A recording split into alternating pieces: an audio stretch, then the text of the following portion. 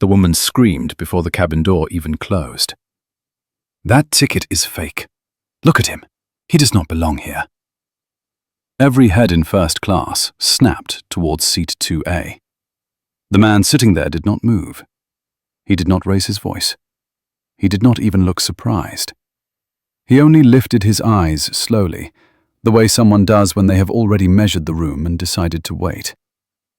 The plane was parked at gate C-32 at Chicago O'Hare, rain sliding down the windows in thin, nervous lines.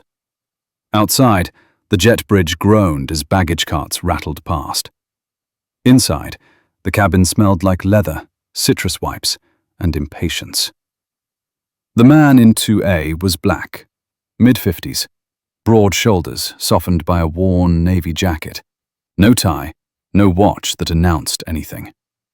His hands rested on his knees. Steady. Still. The kind of stillness that unsettled people who mistook noise for authority.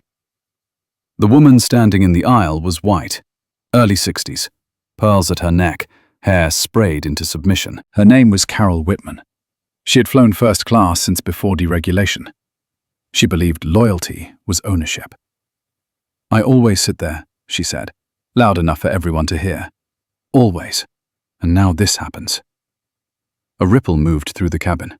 Phones tilted, eyes narrowed. Someone coughed too loudly. The flight attendant froze between them. Emily Parker, late 30s, 6 years on the job.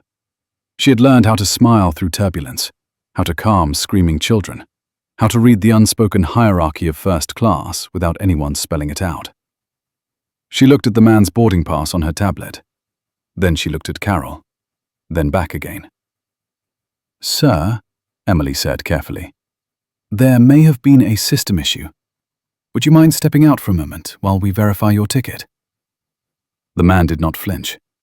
His voice, when he spoke, was low and even. "I paid for this seat. I checked in online. I boarded when my group was called. I am not stepping out." It was not defiance. It was fact. Carol laughed, sharp and short. "That is rich. Look at you. You think attitude makes you first class now?" The words hung there, sour and heavy. A man across the aisle shifted uncomfortably. A retired engineer, maybe. He stared at his folded newspaper, but missed every word. A woman near the window clutched her purse tighter, as if embarrassment were contagious. Up front, the cockpit door opened. Captain Thomas Hale stepped into the aisle. 61, grey at the temples, a posture shaped by 3 decades of procedures and consequences. He had flown through storms that snapped radios dead and skies that felt like punishment. He believed in order. He believed in chain of command. He believed problems had clean solutions if you acted fast enough.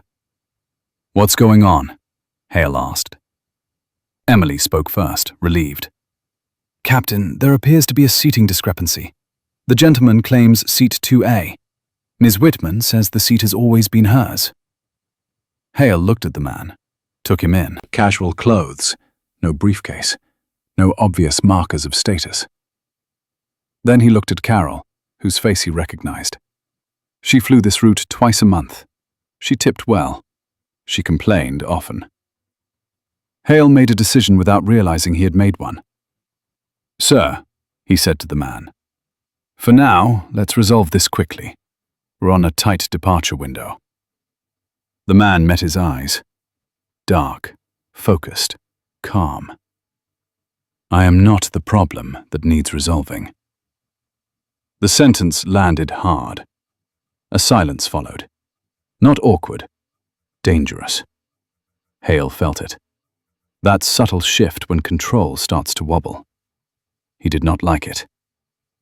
"Emily," he said, "check the manifest again." She did. Her fingers moved faster than her thoughts. The system lagged. The Wi-Fi stuttered. A loading circle spun, mocking her. Carol folded her arms. "This is unbelievable. I have a connection. Are we really doing this?" The man inhaled slowly. He could feel his heartbeat, measured. He had been in rooms where billions of dollars changed direction because someone blinked. He had learned patience there, learned that silence could be louder than outrage. He thought of his father, a bus driver who taught him to keep receipts and never raise his voice when systems were watching. He thought of the board vote from last Friday, the quiet room, the hands that went up, the moment the gavel came down. He had not planned to say anything today, but the pressure was rising. He could feel it crawling under his skin. Emily swallowed. "Captain, the name matches. The seat assignment matches. The payment cleared." Carol scoffed. "Then the system is wrong." Hale hesitated. That was the crack. Small, invisible to most. But the man in 2A saw it. He saw the doubt-fighting habit. He saw the moment where authority decided whether to listen or bulldoze. Hale chose speed. "Sir," he said, firmer now, "I need you to cooperate. We can sort this out at the gate." The man leaned back slightly. "Not surrender. Preparation. If you remove me from this seat," he said, "you will be documenting a violation of your own passenger handling policy." Carol rolled her eyes. "Oh, please. Everyone's a lawyer now." A low murmur spread. Someone in the back whispered, "This doesn't feel right." The cabin lights dimmed slightly as ground power shifted. The plane hummed, impatient. Hale felt sweat gather under his collar. He did not know why. He had handled worse: drunks, fights, medical emergencies. But this felt different, like stepping onto ice that had not cracked yet. "What's your name?" Hale asked. The man paused, just long enough to matter. "Daniel Brooks." Emily's tablet pinged. Her breath caught. The color drained from her face. Hale noticed. "What is it?" Emily turned the screen slightly. Not enough for Carol to see. Enough for Hale. A new line had appeared. Not bold, not flashing. Just there. Daniel Brooks, board chairman. Effective as of last Monday. Hale stared. The world did not stop. The plane still hummed. Rain still streaked the windows.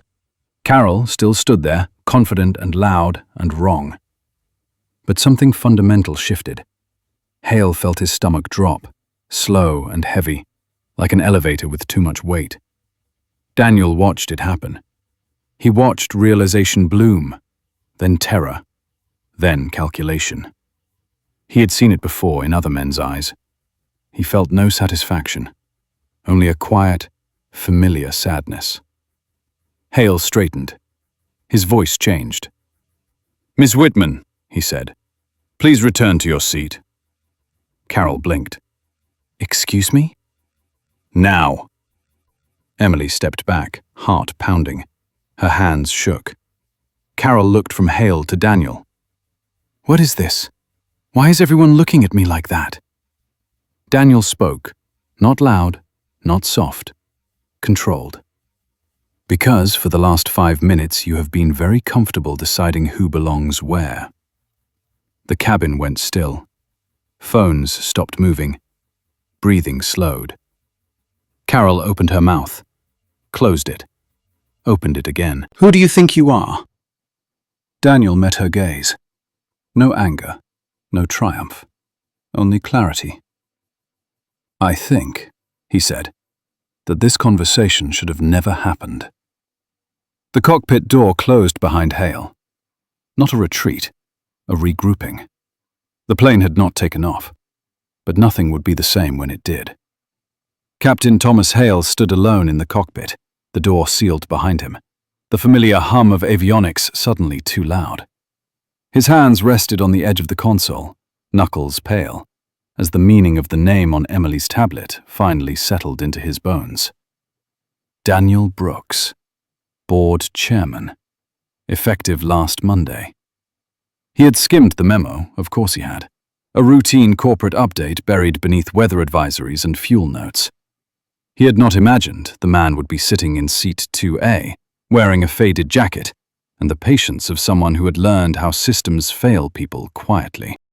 Hale closed his eyes for half a second, the kind of pause a pilot takes before making a decision he knows will define him long after the engines shut down. In the cabin, the air felt thicker. Carol Whitman remained standing, pearls rigid against her throat, her confidence leaking out in sharp breaths.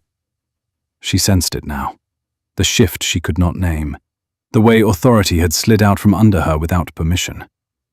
Around her, first class had gone silent in that uniquely American way, polite on the surface, ravenous underneath. People leaned back, not wanting to be seen leaning forward. This was no longer entertainment. This was judgment unfolding in real time. Daniel Brooks remained seated. He did not correct anyone. He did not announce anything. He simply waited, his eyes tracking the small, human movements around him. Emily's hands trembled as she adjusted her grip on the tablet. She had enforced rules for years, without ever being asked why they existed. Now she felt the weight of every assumption she had made since putting on the uniform. Carol broke first. "This is ridiculous," she said, her voice thinner now. "If there's been some mistake, it can be fixed. I fly this airline constantly. People know me." Daniel turned his head slightly, just enough to acknowledge her. "That," he said, "is often the problem." The words were quiet, but they landed with precision. Carol flushed. A man across the aisle exhaled slowly, as if releasing a breath he had been holding since boarding. Somewhere near the back, a seatbelt clicked. Emily cleared her throat. "Ms. Whitman," she said, choosing each word carefully, "your seat is 3C. Your boarding pass was reissued this morning." Carol stared at her. "That's not possible." Emily turned the tablet so Carol could see. The screen did not argue. It simply displayed the truth. Carol's mouth opened, then closed. Her gaze darted to Daniel, sharp and searching now, trying to place him in a hierarchy that had just failed her. "Who are you?" she asked, the question no longer mocking, but defensive. Daniel considered her. He thought of the countless meetings where men like him had been introduced with titles before opinions were allowed. He thought of how often respect arrived only after credentials were spoken aloud. He chose restraint. "My name is Daniel Brooks," he said, "and today, I am just a passenger who bought a ticket and expected to be treated like anyone else." The cabin absorbed that. It was not a reveal, not yet. It was something more unsettling.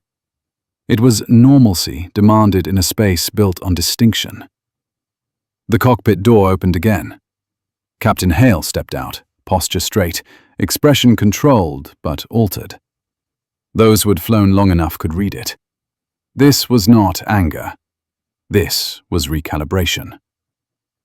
"Ms. Whitman," Hale said, his voice steady, "I need you to take your assigned seat. Now." Carol laughed weakly.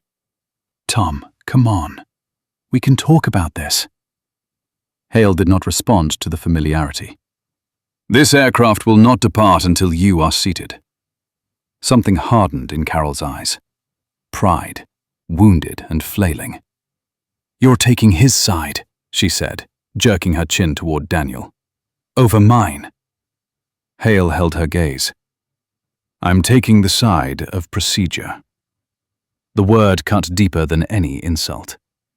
Carol stood there another second, then turned sharply and marched to 3C. Her movements were stiff, rehearsed dignity clinging to her like armor that no longer fit. She sat down hard, facing forward, lips pressed thin. A murmur rippled through the cabin. Not applause, not approval. Recognition. Daniel exhaled quietly. He felt the adrenaline now, delayed but real, coursing through his chest. Not fear, something closer to resolve. This was only the beginning. He had known that when he booked the flight, when he chose not to alert anyone, when he decided to watch. Emily approached him, her voice low. "Mr. Brooks," she said.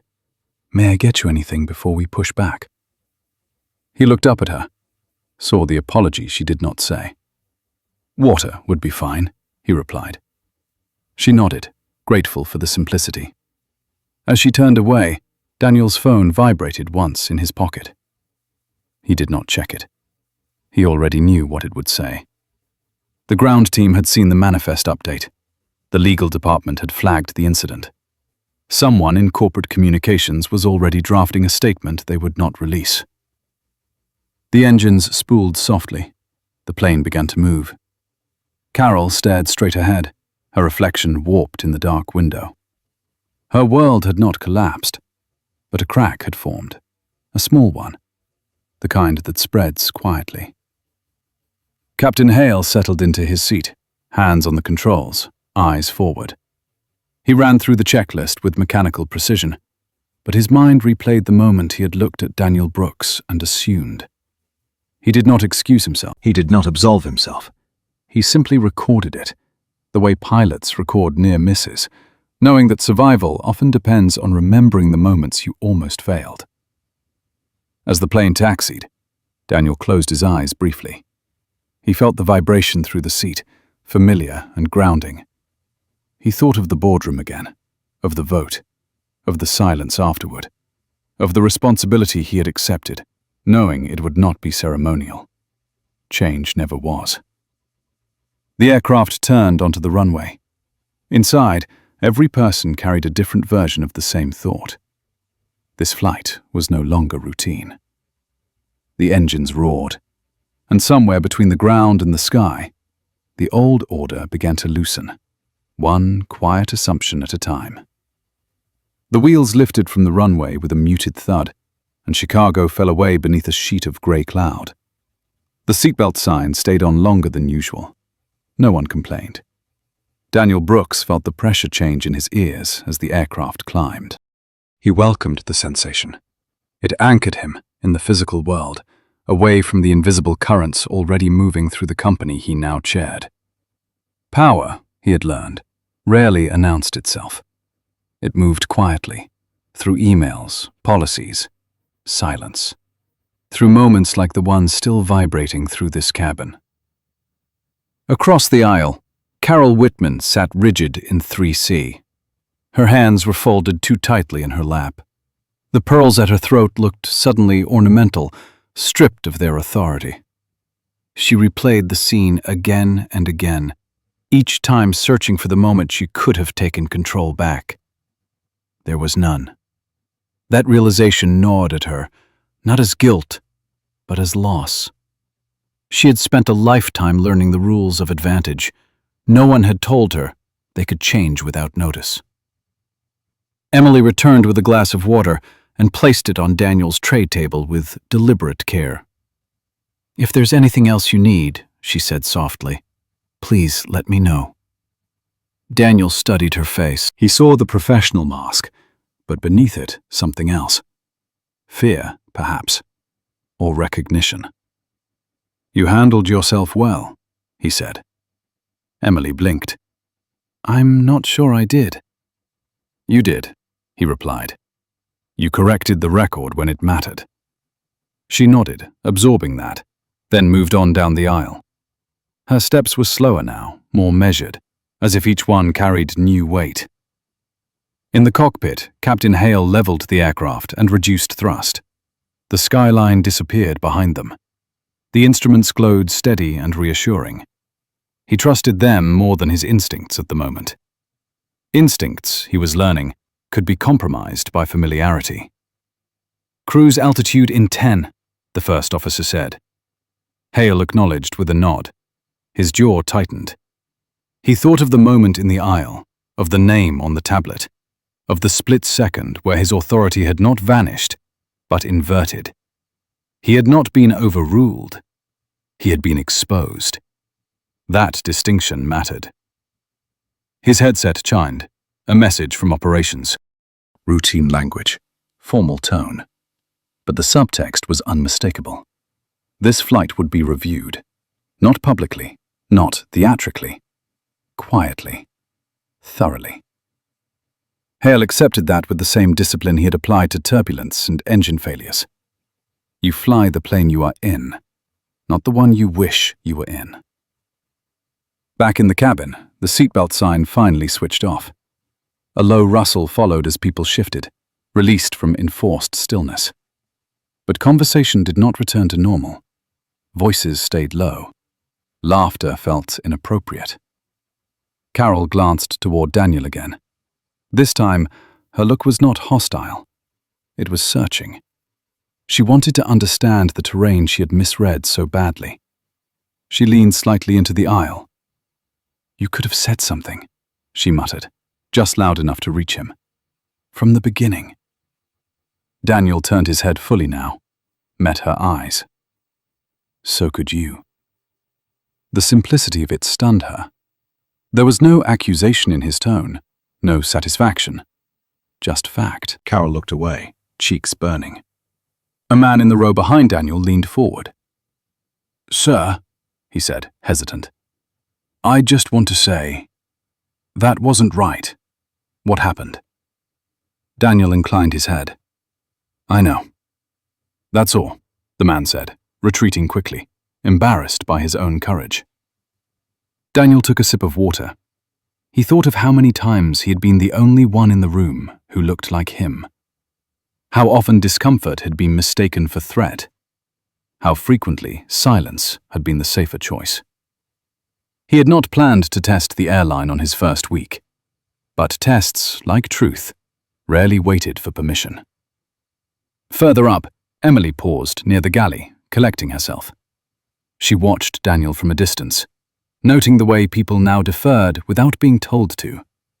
Power reasserting itself, unspoken. She wondered how many passengers had been quietly wronged before today, without a name powerful enough to force correction. Her tablet vibrated with a new message. Internal, marked priority. She read it once, then again. Her throat tightened. This was bigger than a seating dispute.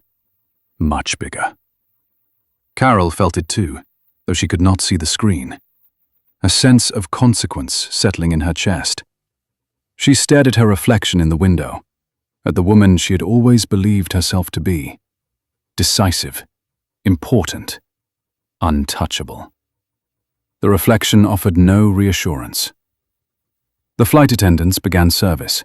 Carts rolled, trays clinked. Normality attempted a return. But beneath it all, something irreversible had shifted. Not dramatically, no speeches, no announcements, just awareness. Daniel rested his head back against the seat and closed his eyes for a moment. The hum of the engines blended with his thoughts. He was not here to punish individuals. He was here to change systems. That required patience and memory. He opened his eyes as the plane cut through a band of sunlight above the clouds. The cabin brightened briefly, then settled. This was only the first conversation, and it would not be the last. The cabin settled into a cautious rhythm, like a room after a verdict has been read, but before anyone knows what sentencing will look like. Trays were distributed. Silverware chimed softly against porcelain. The illusion of routine tried to reassert itself, but no one fully accepted it. Carol Whitman picked at her salad without tasting it. The fork trembled slightly in her hand. She hated that. Hated the betrayal of her own body. Across the aisle, Daniel Brooks ate slowly, deliberately, as if every movement were being observed. He knew it was. Power had a gravity that bent attention, whether he wanted it to or not. A man in the first row leaned toward his wife and whispered something. She shook her head once, sharply, and stared forward. Whatever he had said, she did not want to be seen agreeing with it. Emily moved through the cabin again, posture straighter now, eyes more alert. The message she had read earlier stayed with her, a quiet pulse beneath her professionalism. She stopped beside Daniel's seat. "Mr. Brooks," she said, low enough that only he could hear. "The captain would like to speak with you when it's convenient. After service." Daniel looked up at her. He searched her face, not for fear, but for intent. "I'm not going anywhere," he said. Emily nodded. Relief flickered across her features. "Thank you." She continued down the aisle. As she passed Carol, Carol spoke, voice tight. "Is there a problem now?" Emily paused. "No, Mum. Just standard communication." Carol snorted softly. "Standard," she repeated, as if the word itself were offensive. In the cockpit, Captain Hale monitored the flight path with habitual precision, but his thoughts were elsewhere. He replayed the incident again, this time with the clarity that came after adrenaline faded. He saw the shortcuts he had taken, the assumptions layered so deeply into habit, they no longer felt like choices. He had believed himself fair, professional, above that kind of thinking. The realization that he was not landed heavier than turbulence ever had. The first officer glanced at him. "Everything all right?" Hale nodded. "Everything's flying." That was not the same thing. He glanced at the time. Cruise had been established. Weather ahead was clear. There would be no distractions when he stepped out of the cockpit again. No excuses. Back in the cabin, Daniel's phone vibrated once more. He ignored it again. He had learned long ago that urgency was often manufactured. This moment required presence, not reaction. Carol finally spoke again, unable to contain herself any longer. "You enjoy this," she said, not looking at him. Daniel turned slightly. "Enjoy what?" "This," she gestured vaguely, encompassing the cabin, the silence, the shift. Watching people squirm. Daniel studied her. Really studied her. He saw a woman who had built her identity on proximity to privilege. A woman who mistook access for worth. He felt no anger toward her, only a distant recognition. "No," he said. "I don't." Carol scoffed. "Then why didn't you say who you were?" Daniel's voice remained steady. "Because respect shouldn't require credentials." She laughed bitterly. "That's not how the world works." He nodded once. "That's how it keeps failing." Carol fell quiet.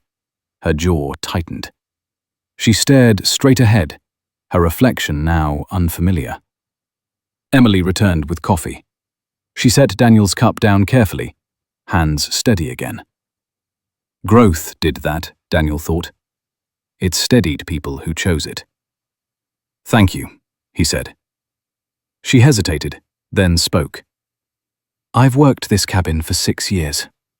I've seen a lot." "I'm sure you have." She swallowed. "I didn't realize how much of it I had normalized."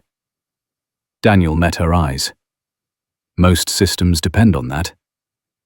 She nodded slowly, then moved on. The captain emerged from the cockpit shortly after. The cabin sensed it before anyone saw him. A subtle shift. Backs straightened. Conversations died mid-sentence. Captain Hale stopped beside Daniel's seat. He did not loom.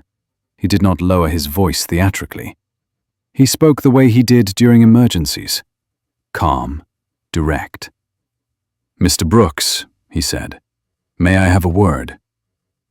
Daniel rose, not hurried, not defiant. They moved toward the galley, out of earshot. Carol watched them go, her chest tightening. Whatever was happening now was beyond her reach. In the galley, the hum of equipment filled the space. Hale stood facing Daniel, the walls suddenly too close. "I owe you an apology," Hale said. "Not for the delay, for my judgment." Daniel regarded him carefully. This mattered, not the words, but how they were delivered. "I made a decision without verifying," Hale continued. "I relied on familiarity instead of protocol. That's on me." Daniel nodded. "It is." Hale absorbed that without flinching. "This will be documented. Properly." Daniel held his gaze. "It should be." A pause. Heavy. Honest. Hale exhaled. I won't pretend I understand everything that happened out there, but I understand enough to know it shouldn't have. That's a start, Daniel said. Hale straightened slightly. For what it's worth, this aircraft will land on time, and everyone will disembark with their dignity intact. Daniel studied him. That depends on what happens after we land. Hale nodded once. He understood that, too. They returned to the cabin separately. Carol looked up as Daniel passed. Their eyes met briefly. Something in her expression shifted. Not remorse, but awareness. A crack widening. Daniel took his seat again. The coffee had gone untouched. He lifted it now, took a sip, and stared out the window. The clouds stretched endlessly below them. White, deceptive, calm. The storm was not here. It was waiting on the ground. The announcement came without drama. Captain Hale's voice filled the cabin. Steady, practiced, every syllable weighed. Ladies and gentlemen, we are approximately 1 hour from descent. Conditions in San Francisco are clear. Thank you for your patience. It sounded like any other flight update. That was the point. Order restored on the surface, even as the undercurrents deepened. Daniel Brooks closed his eyes briefly, then opened them again. His phone vibrated, longer this time. Not a single alert. A chain. He glanced at the screen now. Legal, operations, human resources, corporate security. The system waking up, aligning itself to reality. He typed one sentence and sent it to all of them. No urgency markers, no capital letters, just instruction. Begin a standard passenger incident review. Preserve statements. No disciplinary action until full documentation is complete. He locked the phone and set it face down. Across the aisle, Carol Whitman watched him do it. She had spent decades learning how power looked when it moved. This did not look like the power she knew. There was no show, no pressure, no visible threat. That frightened her more than shouting ever could. She leaned toward the window, pretending interest in the clouds, and whispered to herself, "This is ridiculous." But the words felt hollow. She knew, with a clarity that stung, that she had crossed a line she could not redraw. Emily passed through the cabin again, collecting trays. Her movements were efficient, but her eyes kept flicking toward Daniel, then toward the cockpit, then back again. She was thinking ahead now. That was new. She stopped near the galley and took a breath, steadying herself before tapping a message into her tablet, careful with every word. Statement drafted, awaiting instructions. In the cockpit, Hale monitored the descent profile and felt the familiar tightening in his chest that came when things were no longer solely about the airplane. He had given statements before. Accidents, near misses. This felt different. This was about judgment. About who you believe when no one is watching. The first officer broke the silence. "Sir," he said, choosing the title deliberately. "Operations wants confirmation that you're prepared to submit a report upon landing." Hale nodded. "They'll have it." "Everything," the first officer added gently. Hale met his eyes. "Everything." Back in first class, a man 2 rows back leaned into the aisle and spoke to Daniel, hesitant but sincere. "I just want you to know," he said. "I should have said something earlier." Daniel turned. "You're saying it now." The man nodded, relieved by the permission implicit in that answer. Carol stiffened. She felt the cabin shifting against her, a quiet reordering of allegiance that had nothing to do with class or seat assignments. It was about credibility, and she had none left. She turned toward Daniel, her voice lower now, stripped of performance. "You really didn't have to let it go that far." Daniel looked at her, not unkindly. It went exactly as far as it needed to. Her mouth tightened. You think this teaches people something? I think it reveals something, he said. Teaching comes later. The plane began its gradual descent. The angle was smooth, controlled. Outside, the clouds thinned, revealing a pale blue horizon. Inside, the cabin grew quieter, each person occupied with their own reckoning.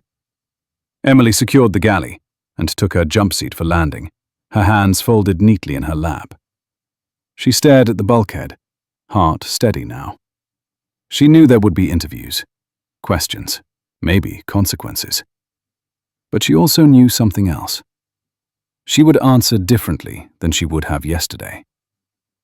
The seatbelt sign chimed on, a familiar sound, comforting, final. Captain Hale guided the aircraft down through the last layer of cloud. The runway lights came into view, crisp and unwavering. He focused on them, letting muscle memory carry him through the last moments. This part, at least, he could do without doubt. The wheels touched down smoothly. Applause did not follow. No one clapped. It would have felt wrong.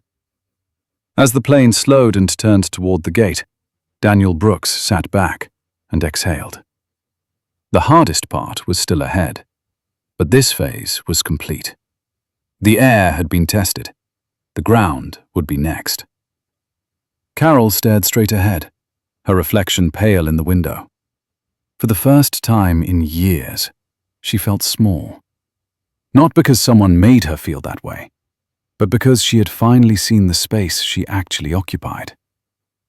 The engines wound down, the cabin lights brightened, and with them, the truth became unavoidable. This flight had arrived, but consequences were just beginning. The seatbelt sign went dark with a soft chime, and the cabin exhaled. Overhead bins popped open one by one. The jet bridge docked with a dull thud that echoed through the fuselage.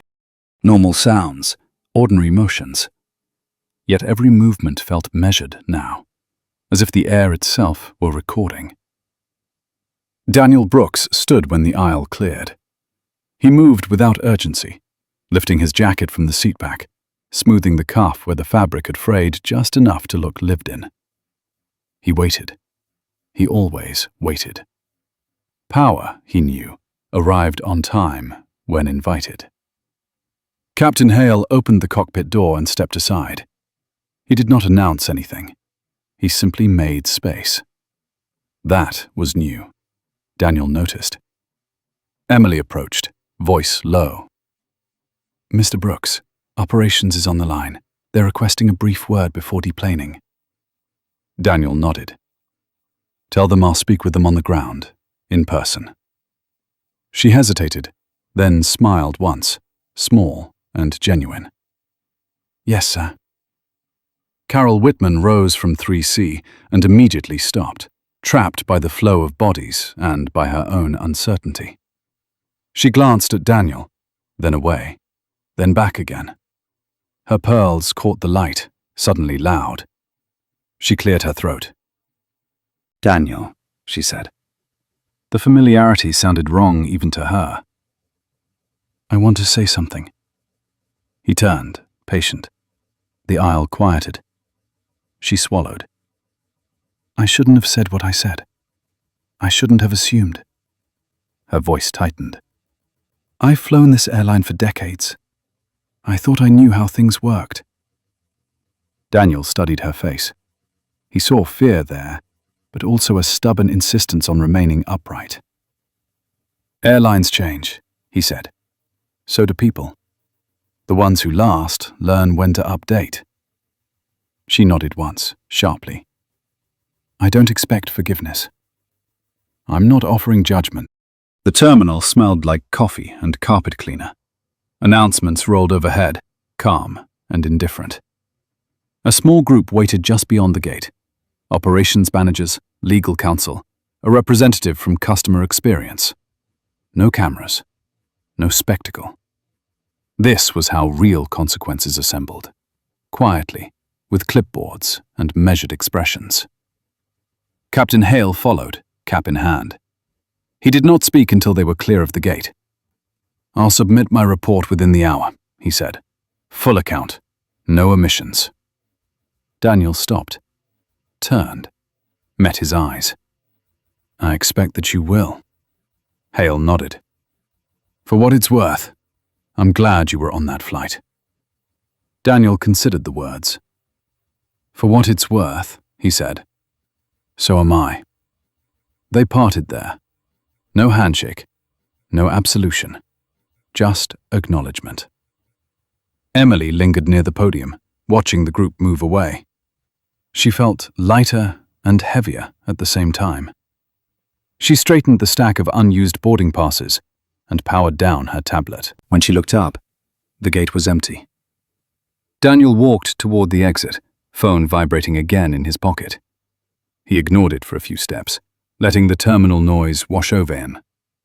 Somewhere behind him, Carol Whitman stood alone by a wall of windows, staring out at the tarmac, watching planes depart without her. Outside, the afternoon sun cut through the overcast. Daniel paused at the doors and took a breath. The city waited. The company waited. The work waited. He stepped forward, into it, knowing that what had happened in the air would soon ripple outward, into training rooms, into policy drafts, into the quiet decisions people made when no one thought the chairman was watching. He was. The meeting room overlooked the runway, glass walls humming faintly with the vibration of departing aircraft. Daniel Brooks sat at the head of the table, jacket folded neatly beside him, hands resting flat on the polished surface. Around him, the senior operations team took their seats one by one. No one spoke at first. They were waiting to see what kind of man he would be when the cabin pressure was gone. Captain Hale sat near the far end, cap placed carefully on the table in front of him, posture straight but no longer rigid. He had slept poorly the night before, not from fear of punishment, but from the slow, grinding awareness that his self-image had cracked. He listened now, alert, receptive in a way he had not been in years. Daniel began without ceremony. This is not a disciplinary hearing, he said. It's a review. There's a difference. Several shoulders eased, just slightly. He looked around the table, making eye contact with each person in turn. He let the silence work. People filled silence with truth if you gave them time. What happened on that aircraft was not extraordinary, Daniel continued. It happens every day, in small ways that never make it into reports. The only unusual thing is that yesterday, the wrong person was inconvenienced. A murmur moved through the room, quickly stilled. That, he said calmly, is not the standard we operate by. Emily Parker was seated along the side wall, invited as a witness rather than a defendant. Her hands were clasped in her lap, knuckles white. When Daniel's gaze met hers, he nodded once, almost imperceptibly. It steadied her. He turned to Hale. Captain, walk us through your decision-making. Hale did not defend himself. He did not embellish. He spoke plainly. About the assumption. About familiarity. About the moment he chose speed over verification. Each word felt like laying down weight he had carried for too long. When he finished, the room was quiet again. Daniel leaned back slightly. You didn't violate policy, he said. You violated discipline. Hale absorbed that, eyes fixed forward. Daniel continued. Policy can be rewritten. Discipline has to be relearned. A woman from Human Resources cleared her throat. What are you recommending? Daniel folded his hands. Mandatory verification retraining for all flight crews. Not online modules, in person, scenario-based. Real consequences, discussed openly. He paused. And a revision to our customer escalation protocol. No passenger complaints will be resolved based on tenure, status, or volume of miles alone. Only on facts. Someone nodded. Someone else scribbled notes. Daniel's voice did not rise, but the room leaned toward it. "This airline doesn't belong to its loudest customers," he said. "It belongs to the people who trust us to carry them safely. All of them." He looked directly at Hale again. "Captain, you'll be grounded for 30 days. Not as punishment, as recalibration. You'll assist with training during that time." Hale blinked, surprised. "Yes, sir." "And when you return," Daniel added, "you will fly with a first officer selected by this department, not by seniority, by performance." Hale nodded slowly. He understood the meaning. Authority re-earned. Daniel stood. The meeting was over. No gavel, no applause. As the room emptied, Emily remained seated, heart still racing. Daniel approached her last.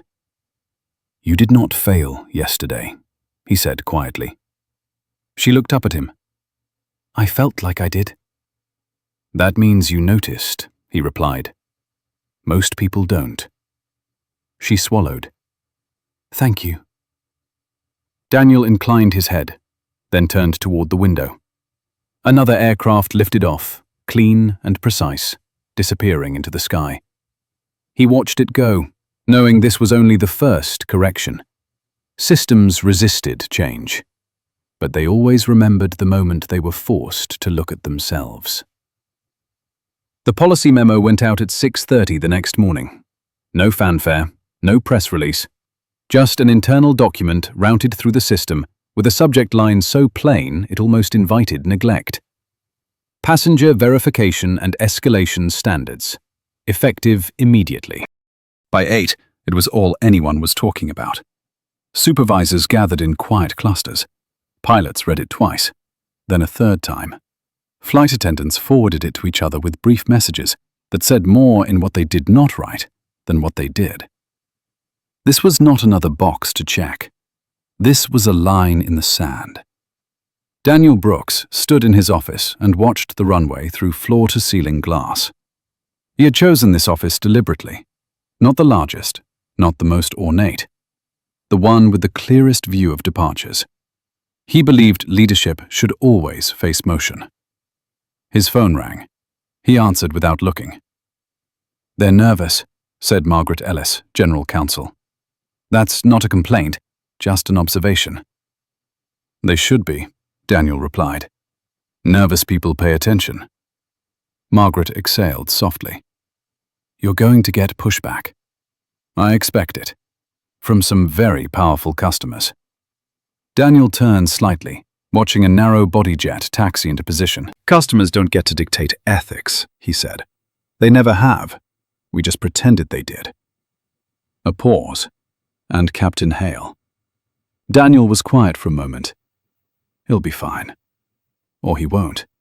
Either outcome tells us something.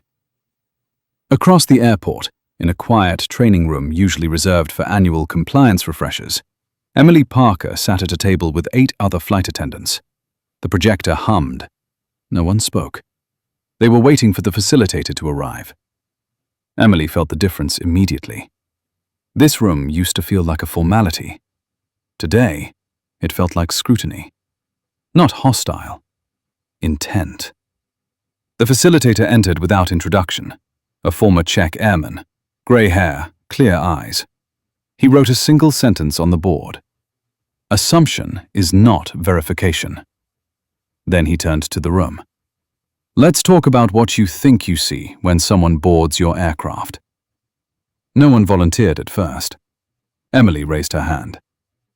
"I see pressure," she said, "to keep things moving, to keep people happy, to avoid conflict." The man nodded.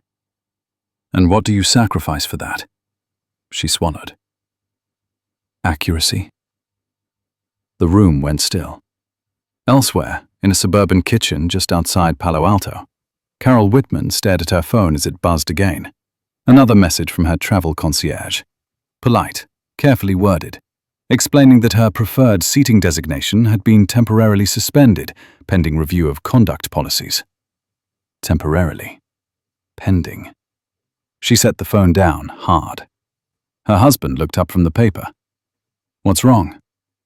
She hesitated. The instinct to minimize surged. Then something else surfaced. Honesty. Unpracticed, but insistent. I made a mistake, she said, and the world noticed. He studied her for a long moment. That's new. She did not argue. Back at headquarters, Daniel sat with the board later that afternoon. Not all of them, just the ones who mattered in moments like this. The skeptics. The ones who worried about brand impact and shareholder optics. One of them leaned back, arms crossed. You've turned an incident into a culture shift. That's ambitious. Daniel met his gaze. It's overdue. Another board member spoke. You're risking alienating our most loyal flyers. Daniel nodded. We've been alienating people quietly for years. They just didn't have loyalty numbers to threaten us with. Silence followed. You don't get to build trust by protecting the comfortable, Daniel continued. You build it by protecting the correct. They did not all agree. He did not need them to. He needed them to understand the cost of resistance. Later, alone again, Daniel finally allowed himself to sit. He loosened his tie, stared at his reflection in the dark glass. He looked tired. He looked older than he had a week ago. That was acceptable. Change aged you. His phone buzzed, a message from operations. Training attendance exceeding expectations, some voluntary, some not. Another message followed, from human resources. Anonymous feedback. Mixed. Strong. Honest. Good, he thought. At the same time, Captain Hale sat at his kitchen table, manual open in front of him, pages marked with sticky notes. He had not been grounded like this since his early years. It was humbling, disorienting. His wife watched him quietly. You okay? He nodded slowly. I think I might finally be learning something. She smiled, gentle. About time. The days passed. Stories filtered in. Not headlines. Whispers. A gate agent who paused before escalating. A flight attendant who double-checked instead of deferring. A supervisor who corrected a colleague mid-sentence. Small things. They added up. Daniel received a handwritten note one morning. No return address. The handwriting was careful, older. Thank you for seeing what most people look past. He folded it and placed it in his jacket pocket. Not for display, for grounding. That evening, as the sun dipped low and painted the tarmac gold, Daniel stood again at the window. Planes lifted, landed, lifted again. He knew this was fragile. Progress always was. Systems bent back toward comfort if you stopped watching. He would not stop watching. Because somewhere, on some future flight, another person would take a seat they had every right to occupy, and the outcome would depend on what had been changed here. Not by revelation, but by resolve. The consequences did not arrive all at once. They never did. They arrived in patterns. 3 weeks after the flight, an internal report circulated quietly among department heads.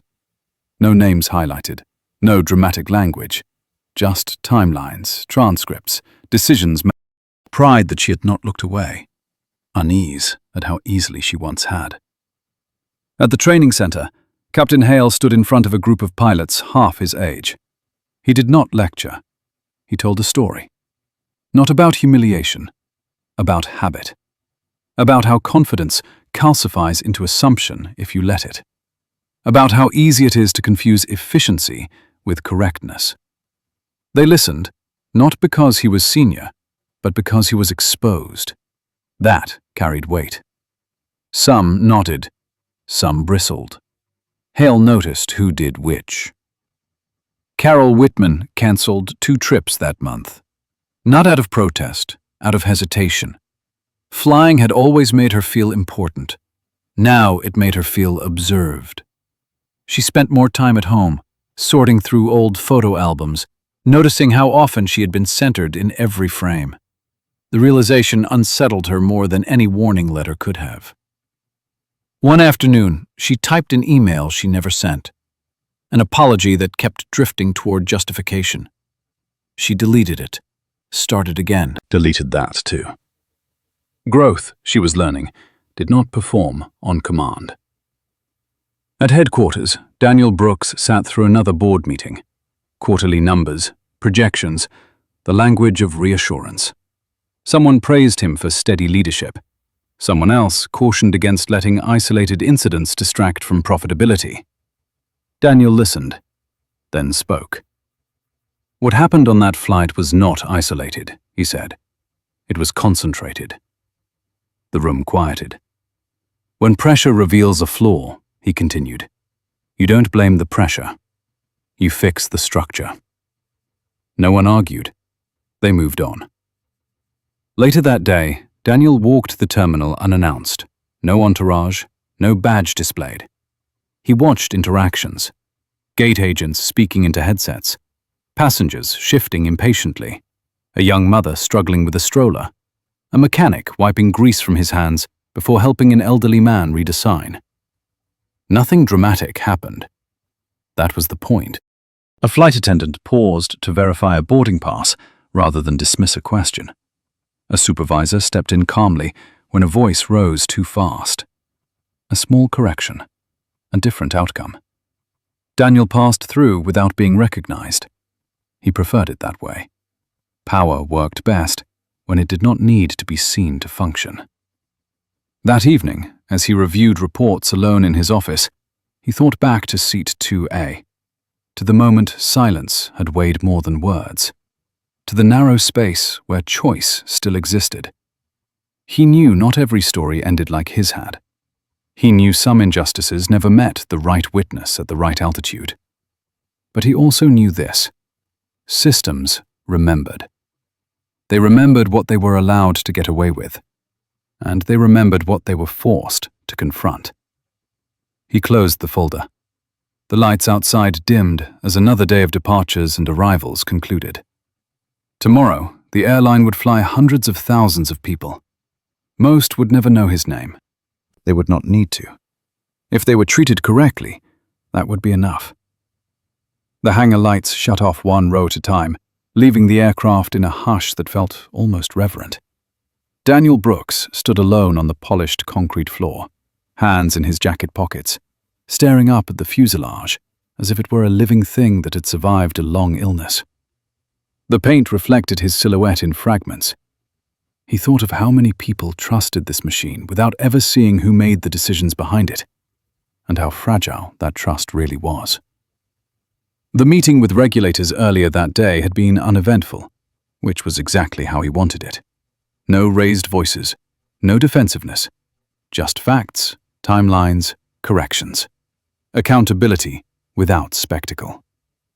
He had learned early in his career that real authority never needed an audience. It only needed follow-through. His phone buzzed once. A message from operations confirming the final rollout of the new verification protocols across all domestic routes.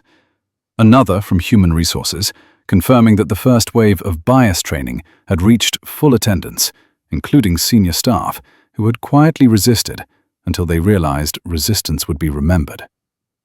Daniel read both, then locked the screen and slipped the phone away.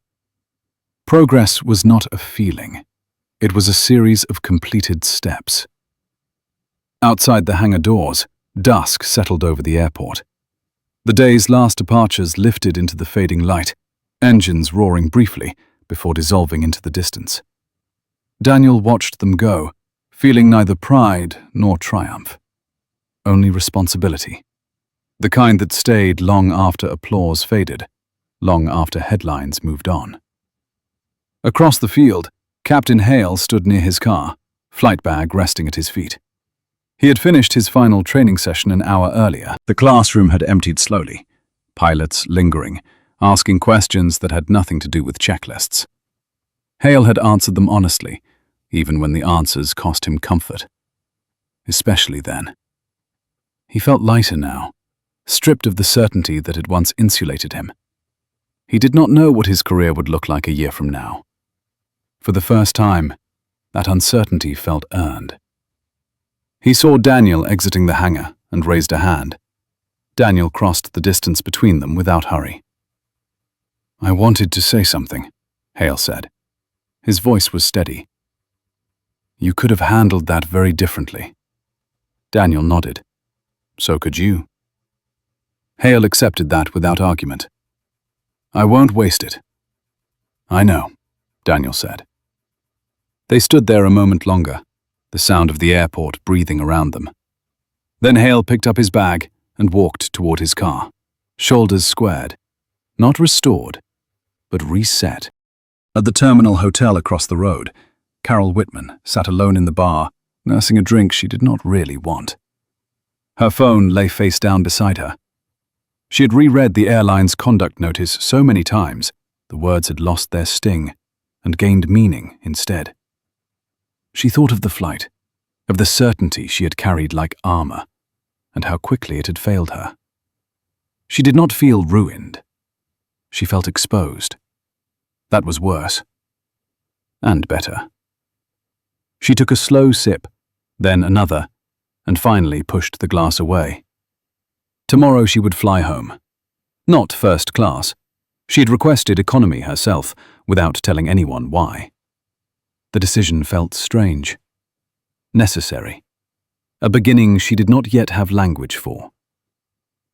Back at headquarters, the cleaning crew moved quietly through Daniel's office suite, wiping down surfaces, straightening chairs. Daniel sat at his desk, reviewing a draft memo he had written himself. Not for distribution. For himself. A reminder. It outlined the principles he intended to enforce even when pressure mounted, even when it would be easier not to. He had seen too many leaders lose their way, one small compromise at a time. He saved the document and closed his laptop. The city lights outside shimmered, indifferent to his thoughts. He stood and looked at his reflection in the glass. Older than he had been a month ago. Calmer. Sharper. He thought of his father again, of long bus routes and quiet dignity, of lessons that never came with applause. He carried those lessons now into boardrooms and briefing rooms, into policies and practices that would shape lives he would never meet. The next morning, a new flight boarded at the same gate where everything had begun. Different passengers, different crew, same airline. A gate agent paused when a disagreement surfaced, checked the manifest twice, then once more, before speaking. A flight attendant intervened early, calmly, before voices rose. A small thing, invisible to most, crucial. The plane pushed back on time. Daniel watched it from his office window, hands clasped behind his back. He did not smile. He did not need to. Change was rarely dramatic when it worked. It simply held. He turned away and reached for his jacket, already moving on to the next meeting, the next decision, the next quiet correction. The sky outside remained wide and impartial, offering lift to anyone allowed to enter it. If this story resonated with you, show your support by hitting like, subscribe to the channel, and leave a comment with 3 simple words. Stay aware always.